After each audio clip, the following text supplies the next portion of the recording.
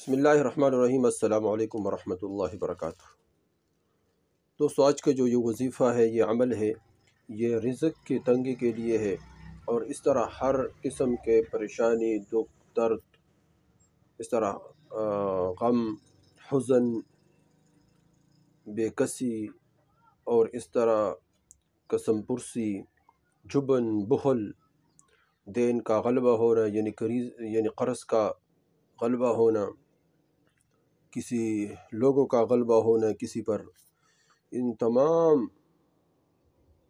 مسائل کے لیے نبوی نسخہ ہے۔ حضور صلی اللہ علیہ وسلم نے ایک دعا سکھائی امت کو کہ جو آدمی صبح و شام یہ دعا پڑھتا ہے، 10 مرتبہ پڑھتا ہے، یا ایک مرتبہ، یا 3 مرتبہ پڑھتا ہے، اللہ جل شانہ اس سے تمام غم اور حزن کو، تمام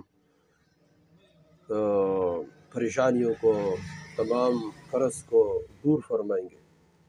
کوئی آدمی اس پر غالب نہیں آئے گا، کوئی چیز اس کو پریشان نہیں کرے گا، کوئی مصیبت اس کے سامنے مصیبت نہیں رہے گی۔ تو اس طرح اعمال ہم کریں، اعمال کے ذریعے سے اللہ جل شانہ ہمارے رزق کی تمام مسائل کو حل فرمائیں گے۔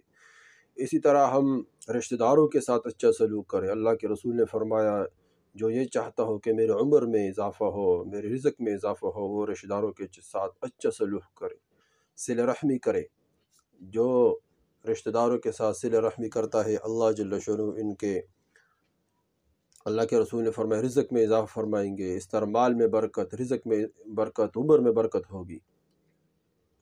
تو اس طرح ہم رزق میں اضافہ کے لیے وظائف تو ہم کرتے ہیں، لیکن رشتہ داروں کے ساتھ ہمارا تعلقات اچھے نہیں ہوتے ہیں، تو اس طرح وہ وظیفے سے برکت حاصل نہیں ہوگی۔ اس طرح ہم رشتہ داروں کے ساتھ صلح کریں، کیونکہ رشتہ داری قیامت کے دن اللہ جل شانہ کے سامنے جھگڑا کرے گی۔ اے اللہ، آپ نے فرمایا جس نے مجھے پالا میں اس کو جنت دوں گا، جس نے مجھے کاٹا میں اس کو جہنم میں پہنچا دوں گا۔ تو اللہ جل شانہ بھی قیامت کے دن اعلان فرمائیں گے، جس نے رشتہ داری کو پالا وہ جنت میں جائے گا، جو رشتہ داری کو نہیں پالتا، صلہ رحمی نہیں کرتا، قطع رحمی کرتا تھا، وہ جہنم میں جائے گا۔ رمضان شریف میں 10 لاکھ لوگوں کی حفاظت، 10 لاکھ لوگوں کی یعنی جہنم سے حفاظت روزانہ ہوتی ہے، یعنی 10 لاکھ لوگوں کی بخشش ہوتی ہے، لیکن اس میں وہ آدمی رہ جاتا ہے جو رشتہ داروں کے ساتھ قطع تعلقی کرنے والا، رشتہ داروں کے ساتھ کہتے میرا نہیں لگتا، میں اس کے ساتھ اٹھتا بیٹھتا نہیں ہوں۔ تو اس طرح حضور صلی اللہ علیہ وسلم نے فرمایا یہ اعمال کرے، صدقہ سے رزق بڑھتا ہے، اس طرح صلہ رحمی سے رزق بڑھتا ہے۔ تو یہ اور اس طرح غریبوں پر خرچ کرنا، نادروں پر خرچ کرنا، اس سے رزق بڑھتا ہے۔ ایک آدمی حضور صلی اللہ علیہ وسلم کے پاس آئے کہ ایک بھائی تیرا آپ کے پاس بیٹھتا ہے اور یہ میرے ساتھ کوئی کام نہیں کرتا، یعنی کام میں ہاتھ نہیں بڑھاتا۔ اللہ کے رسول نے فرمایا کہ اس کی وجہ سے اللہ جل شانہ تجھے دے رہا ہے۔ تو اس طرح کمزوروں پر خرچ کرنا، غریبوں پر خرچ کرنا، اور اس طرح جو لوگوں پر خرچ کرتے ہیں اللہ جل شانہ اس پر خرچ کرتا ہے۔ اور اس طرح ہم صدقہ یہ اللہ جل شانہ کے صدقہ کاروبار ہے، رب سے کاروبار ہے، تو اس کا صدقہ کی ہم کوشش کریں۔ اس طرح دوستو یہ اعمال بھی کریں اور اس طرح یہ وظیفہ بھی کریں، انشاءاللہ اس کے برکت سے اللہ جل رزق کے تمام مسائل کو حل فرمائیں گے۔ کون سا وظیفہ ہے جو 10 بار پڑھنے کی وجہ سے اللہ جل رزق کے تمام مسائل حل فرمائیں گے؟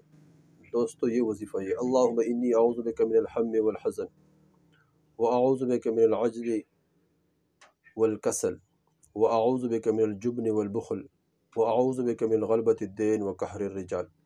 یہ دعا جو صبح پڑھتا ہے اور شام کو پڑھتا ہے تو اللہ جل شانہ اس کے رزق کے تمام مسائل کو حل فرمائیں گے۔ پھر دعا سنیں، اللہم انی اعوذ بک من الہم والحزن، حزن۔